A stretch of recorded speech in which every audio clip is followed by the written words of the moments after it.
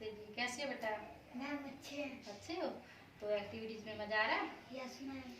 तो अपने जंगली जानवरों के बारे में चर्चा की, मौसम के बारे में चर्चा की, पालतू जानवर कौन से होते हैं, उनका कौन सा उनका खाना क्या होता है, रहते कहाँ ना।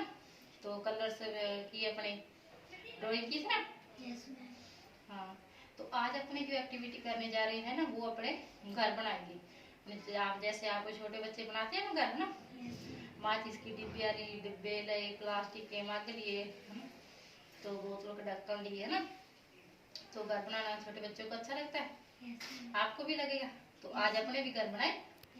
चलो आ जाओ। तो बेटा जी बना लिया अपने घर है ना, बहुत ही सुंदर बनाया है ना। तो कौन कौन से रूम बनाया? आंगन बड़ा अच्छा बनाया है।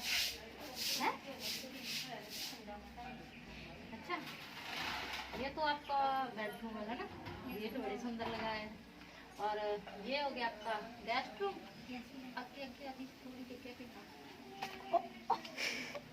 तो ये आपका हो गया guest room, store room, kitchen, और इतना आपका हो गया आंगन। बहुत अच्छा, वेरी गुड। आपके लिए तो बेटा करा